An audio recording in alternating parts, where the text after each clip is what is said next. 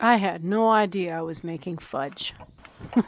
I started with the usual mix of 60% white and 40% dark, unsweetened cocoa butter and baker's chocolate.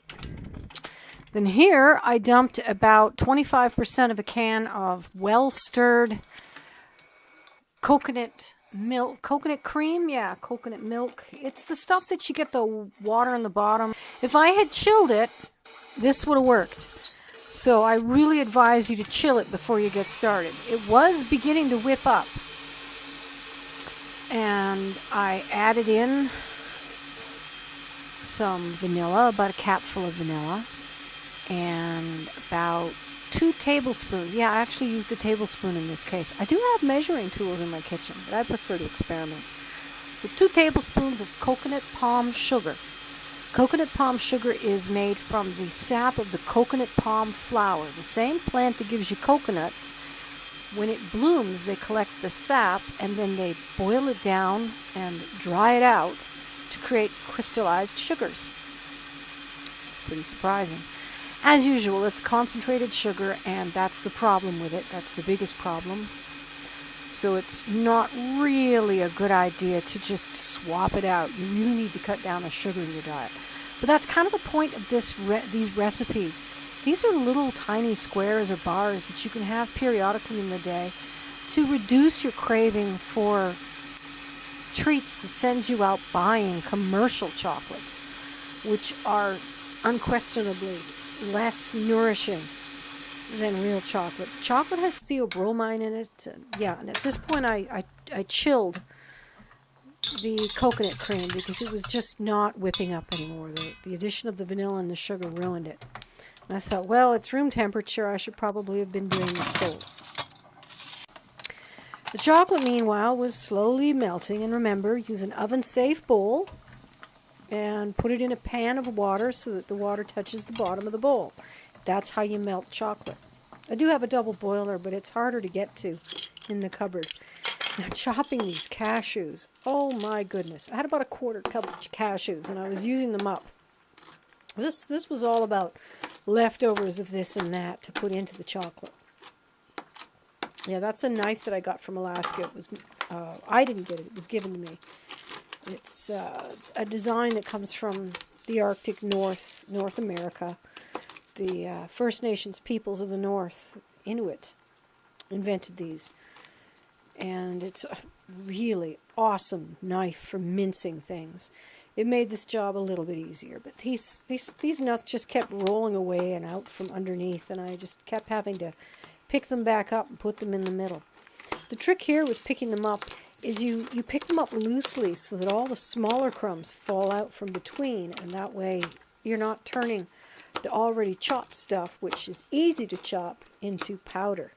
I wanted little chunks of nuts that kind of get in your teeth, you know, crunchies, little bits of texture. The whole idea here was to add texture to the treat. Meanwhile, the chocolate's still melting and the coconut cream and beater bowl are still chilling. And it took way too long to chop these nuts. If you've got a food processor, that would be the way to do this. In fact, you could make this entire recipe with the food processor. Whipping the coconut cream and then adding the chocolate and then adding the nuts afterwards. And cutting the nuts. Could all be done with a food processor. If you're one of those food processor queens, you probably already know how to do that. I have never successfully owned a food processor. I just never owned a good enough one. They just die. So, or I guess you have to spend a lot of money. So I had about a quarter cup of these nuts, and I wanted about a 50-50 mix of chocolate and nuts. And I had a fair idea, you know, that I had about a half a cup of the chocolate and the cream, although I was hoping to whip it up to about a cup's worth of material. So I mixed some sliced blanched almonds in with the cashews, the chopped cashews. And the jar that the cashews came in was a really handy way to mix them up and contain them until I was ready for them. It's not like I knew what I was making. At this point, I was still just finding out what happens if. And here I'm just pouring in about a quarter cup of sugar. I know that chocolate's pretty sour and it takes a lot of sweetener. So I was going for, well, maybe not quite a quarter cup, but around that, you know. And stirring it into the hot chocolate. The water underneath is still boiling hot as well. In fact, I have to use an oven mitt. At this point, I thought, you know, if I pour this into the chilled coconut cream, it's just going to turn to coconut oil. It's too hot. And you can even see it steaming. So I swapped out the boiling water for ice water. We've got an ice maker in the freezer, so it was a pretty nice, easy thing to just grab a couple scoops of ice and toss them in the water and bring it back. If you don't have an ice maker, you can just use cold water at this point. That will do. In fact, I put too much water. It wound up boiling around the edges. And that was strange, to have ice water boiling where the two hot glass parts meet. Now here's a very, very big reason why you're using the oven safe. It's tempered and can tolerate having widely differing heat levels, you know. Normally glass, if it's hot at one end and cold at the other, it will crack because of uneven expansion. But with tempered glass that's oven safe and oven proof, like the bowl here and the Visions by Corning pots, it can handle that. The lid, in fact, on the Visions pots cannot handle it. It's not made of the same ceramic toughness. And if you put that on, if you put a hot lid on a cold puddle on the counter, it will crack. But no such problem here. So I finally got that stirred up to where I thought, you know, it's thicker than it used to be. Let's put it in the chilled cream. So I tried whipping the coconut cream up, see if I could get a little thicker. And it wasn't having any of that. And I thought, well, we'll just see what happens when I pour in the chocolate. Because, once again, you know, I've seen people make mousse. And I guess I was kind of aiming for a mousse. I was going to make a chilled mousse with nuts folded into it, is what I was picturing. So I said, okay, it's not going to be a full-on mousse. I will learn as I go how to do the coconut cream, but let's see what we get. I'll pour the chocolate syrup into the coconut cream while it's beating. So I gave it a last stir here because it was once again settling on the bottom and solidifying. And in fact, some of it did solidify, and I had to, oh, my heavens, I had to eat that with a spoon. Oh. That's one of the beauties of doing recipes like these. You start them because you're creating chocolate, and then even before the recipe's done, you get to lick out the beaters. And you get your chocolate. So here I am, pouring the chocolate in as it beats, and the interesting thing is as soon as the chocolate hit the coconut cream, it started to firm up, and the volume increased. It did incorporate air while it was solidifying, and it did get stiff. So I did actually achieve the ultimate result of a light, fluffy chocolate that I was after. Because that is what I was after. Unfortunately, it was still getting light and fluffy. I should have just kept going at this point and thrown in the nuts. If I make this recipe again, I will throw in the nuts as quickly as possible while it's still soft. Because now, at this point, it's already too firm to stir the nuts in. Another hit with this. Okay, it's getting darn close. And it certainly was too firm by the time... See, at this point, it's too firm to stir the nuts in. And I didn't understand that the chilling process was still ongoing. I'd achieved my result. And it was almost like powder. It was really strange. So I thought, well, okay, hurry up. Let's get it in. I'll use this thing and I'll cut it. And I kept missing my pastry knife. I used to own a pastry knife, but when I gave up wheat, I gave up the pastry cutter.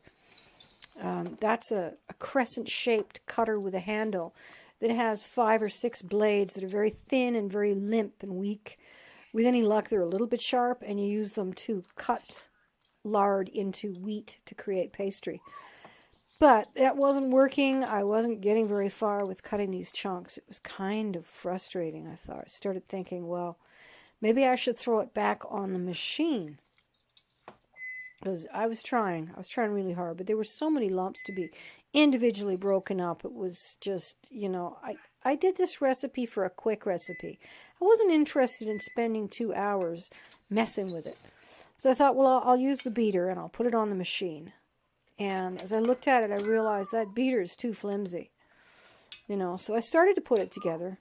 But I was already having misgivings about the idea, you know, that I would probably break my beater. So I set it aside because I remembered I do have a stiffer beater. It's called the K beater, and it's meant for the dough, like cookie dough, cake dough.